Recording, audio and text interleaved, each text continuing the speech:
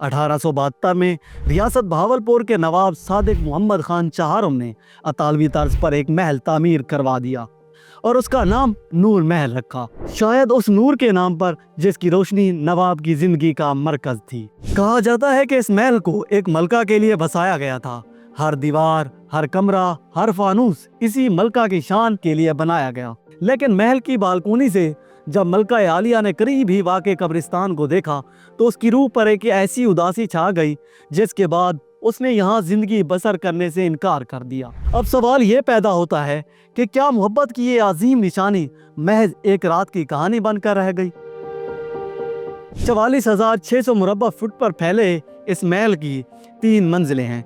इस महल में बुलंद हाल, चौगोशिया बुर्ज और शर्की गरबी कमरे, गोया हर गोशा शाहाना जमाल का आईना है। मलका के जाने के बाद ये महल नवाबों के सरकारी मेहमान खाने में तब्दील हो गया। इस महल में ही ख्वाजा नाजिमुद्दीन ने क़याम किया। यहाँ नवाब बहावल खान पंजुम की दस्तार बंदी हुई। महल के अंदर बड़े हाल में चांदी की कुर्सी, कद आदम आईने भी नस्ब किए गए। 1906 में इस महल के साथ एक मस्जिद भी तामीर की गई जिस पर उस वक्त 30,000 रुपए खर्च किए गए। इस महल की बुनियाद में रियासत के सिक्के रखे गए। क्या ये सिक्का सिर्फ करेंसी थी या फिर वक्त का गवाह?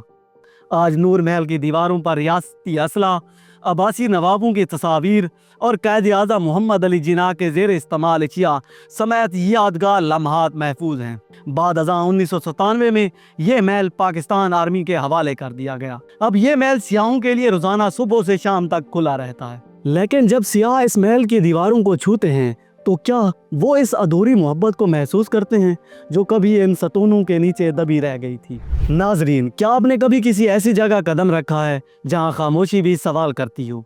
क्या ये महल एक आशिक की हार है या फिर उसकी लाजवाल मोहब्बत के इजहार का एक जरिया? तो सोचिए, क्योंकि कुछ कहानियां सिर्फ सुनाई नहीं जाती, महसूस भी की जाती हैं।